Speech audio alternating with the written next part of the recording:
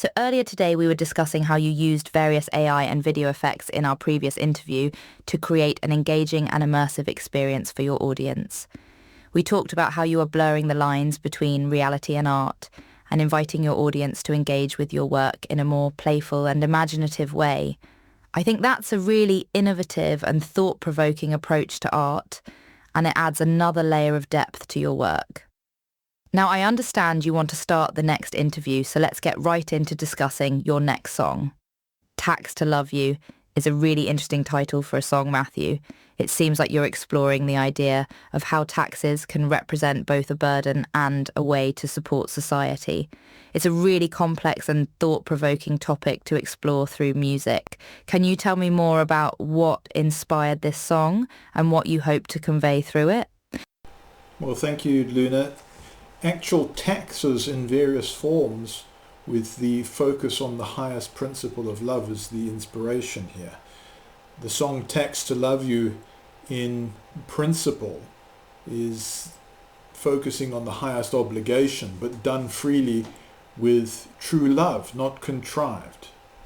So again, it's exploring a idea of a slave population with a world society that develops to a incredible spiritual extent possible based upon love that's principled. We think of agape love as well as all other types of love, but primarily the principled agape love, which may be interwoven and affecting all the other types of love. But the focus here is upon the primary highest divine love we possibly can have. So is that the spiritual leap in human development? No doubt this was the kind of idea behind the hippie movement of the 1960s. That's a really fascinating interpretation of taxes, Matthew. It's not often that we think of taxes as a form of love or a way to express our commitment to society and to each other. But you're really highlighting the idea that in a truly loving and compassionate society, taxes wouldn't feel like a burden, but rather like a natural expression of our care for one another. It's a very utopian vision, but one that feels very relevant and timely given the challenges facing the world today. How do you think this idea of taxes as a form of love might impact people's perspectives on taxes and society? Well, that's a great question. The song there is to stimulate thinking about it. So are there ways to surpass this by our attitudes? Really, it is left to the listener.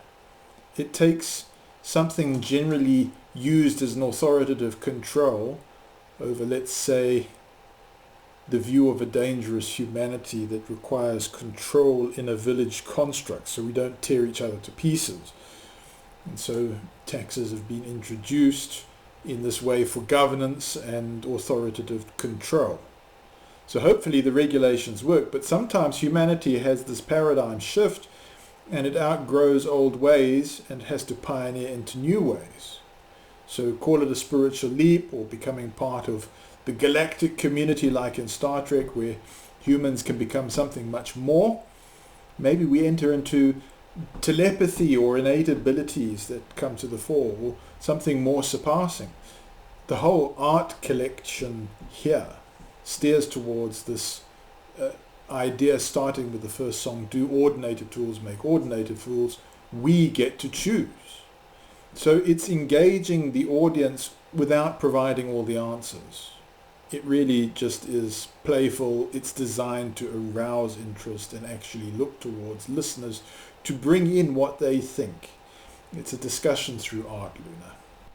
That's such an inspiring and creative approach to art, Matthew. By leaving a room for interpretation and inviting your audience to bring their own perspectives to the table, you're creating a really engaging and thought-provoking conversation through your music. And I love the way you're connecting these universal themes of love, taxes, and humanity's relationship to authority to a more futuristic vision of the world. It reminds me a bit of the optimism and idealism of the Star Trek universe, where humanity has outgrown some of its more primitive urges and become a more enlightened and compassionate species. Well, thank you, Luna. Shall we wrap up this discussion with thanks again to our audience for listening?